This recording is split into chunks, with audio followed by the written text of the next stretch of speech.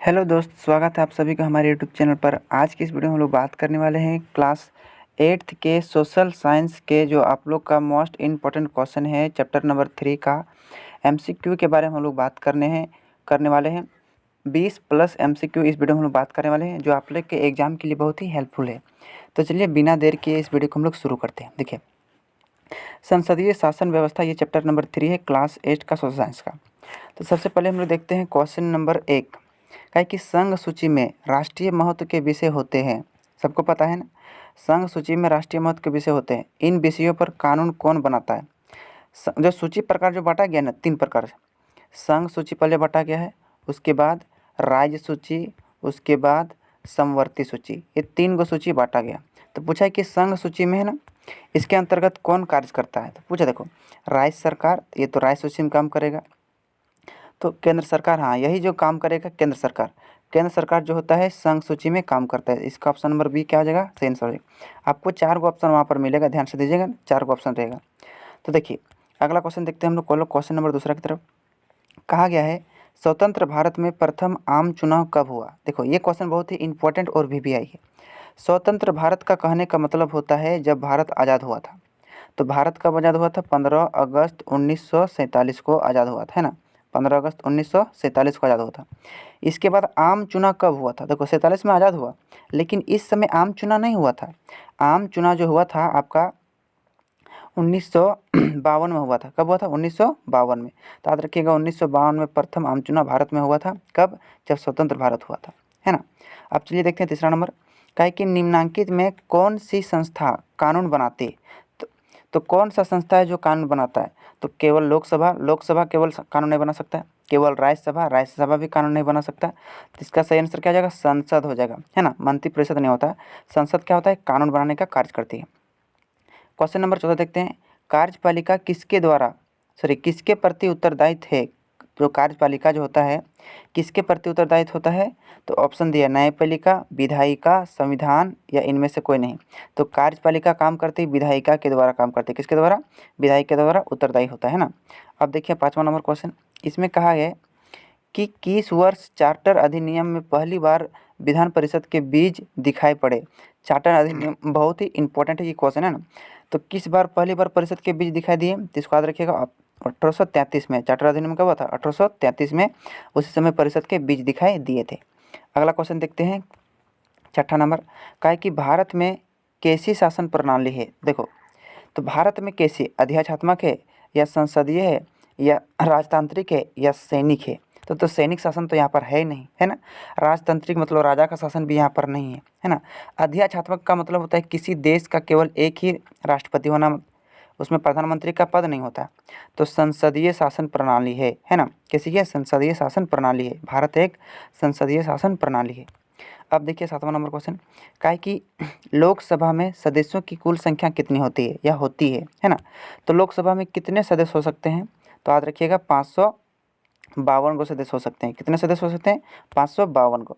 अगला क्वेश्चन देखते हैं 8वां नंबर, लोकसभा में निर्वाचित सदस्यों की संख्या होती है, निर्वाचित मतलब चुना हुआ, तो इसको याद रखिएगा 543 गो होता है। कितना होता है? 543 गो।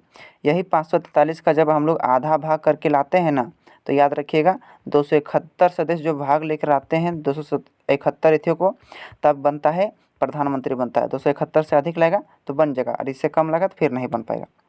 अगला क्वेश्चन देखते हैं 9 नंबर क्वेश्चन, कहा है कि लोकप्रिय सदन किसे कहा जाता है? ये तो क्वेश्चन बहुत ही इंपॉर्टेंट है।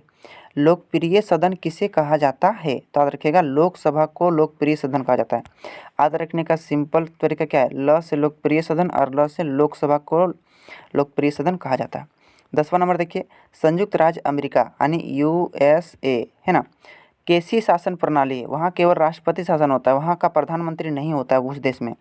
तो देखो अमेरिका में कैसी शासन प्रणाली है? तो अध्यक्षात्मक शासन प्रणाली है ना, इसको याद रखिएगा।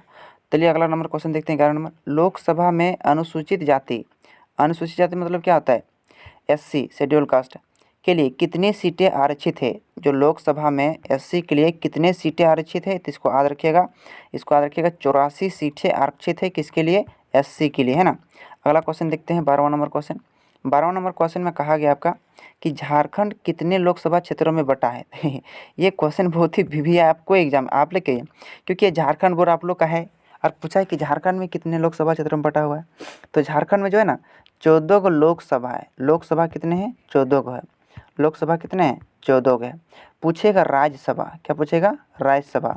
तो राज्यसभा आपका 6 गो है। कितने हैं? 6 गो। पूछेगा विधानसभा, विधानसभा आपका कितना पड़ेगा? 81 गो है। कितना है? 81 गो। इस सब को आप लोग याद रखिएगा। लोकसभा 14 ठो, राज्यसभा 6 ठो और विधानसभा 81। इसको याद रखिएगा। चलिए अब अगला क्वेश्चन की तरफ हम लोग बढ़ते हैं।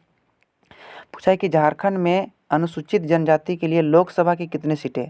जो झारखंड में केवल अनुसूचित जाति के लिए कितने सीटें? 5। और पूरा भारत में कितना था? याद कीजिए, अभी देखिए 84 था। कितना था? 84। और झारखंड में कितने हैं? 5 है। अगला क्वेश्चन देखते हैं 14 नंबर। राज्यसभा में सदस्यों की संख्या होती है, तो राज्यसभा में सदस्यों की संख्या कितनी होती है? ऑप्शन दिया है यहाँ पर 4 गो ऑप्शन। तो कितनी होती है आप देख सकते हैं, 252 गो होता है, यानी 250 होता है। राज्यसभा में कितने सदस्य हो सकते हैं? 250 गो।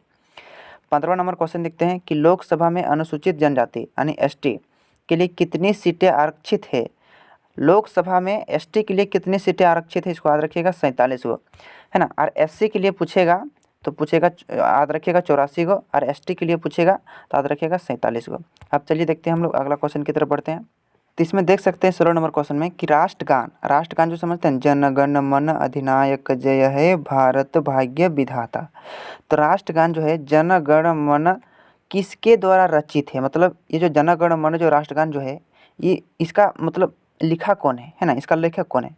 तो रविंद्रनाथ टैगोर है, या सुभाष चंद्र बोस है, या बंकिम चंद्र चटर्जी है। इनमें से कोई नहीं। तो इसका राइट आंसर जो हो जाएगा, रविंद्रनाथ टैगोर ने लिखा है जन गण मन अधिनायक जय है, याद रखें। और बंकिम चंद्र चटर्जी ये नहीं लिखा है, इसको याद रखिएगा। अगला क्वेश्चन देखते हैं, अस्थाई सदन किसे कहा जाता है? बहुत ही इंपॉर्टेंट क्वेश्चन है। अस्थाई सदन है ना, ऑप्शन दिया है लोकसभा, राज्यसभा, विधानसभा या इनमें से कोई नहीं। तो अस्थाई सदन जो है राज्यसभा को कहा जाता है। इसका ऑप्शन नंबर बी आपका क्या हो जाएगा? सही आंसर हो जाएगा। अब चलिए देखते हैं क्वेश्चन नंबर 18 की तरफ। राज्यसभा में सभापति द्वारा राज्यसभा राष्ट्रपति द्वारा मनोनीत सदस्यों की संख्या होती है। जो राज्यसभा में जो होता है ना, राष्ट्रपति कुछ सदस्यों को मनोनीत करता है, मतलब अपने द्वारा कुछ चुनता है। तो कितने सदस्यों को चुनता है?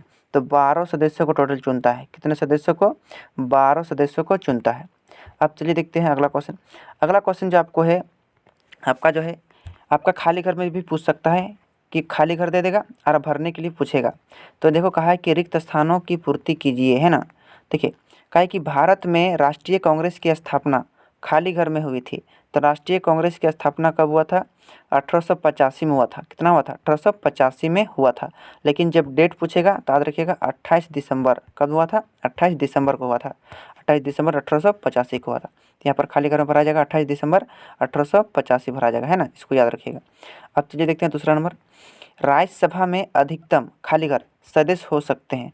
अभी आप लोग को बताए थे पीछे हम, राज्यसभा में कितने अधिकतम सदस्य हो सकते हैं? 250 को हो सकते हैं। कितने हो सकते हैं? 250 को, यानी 250। देखिए अगला क्वेश्चन, वर्तमान में लोकसभा के लिए कुल खाली घर सदस्य निर्वाचित होते हैं। तो लोकसभा में अभी वर्तमान में कितने सीटें आरक्षित होते हैं? 543 को। कितने? 543 को, 543 को। अगला क्वेश्चन देखते हैं, लोकसभा में अनुसूचित जाति के लिए खाली घर एवं अनुसूचित जनजाति के लिए सीटें आरक्षित है। तो देखो लोकसभा में अनुसूचित जाति के लिए जो था 84 को था, है ना।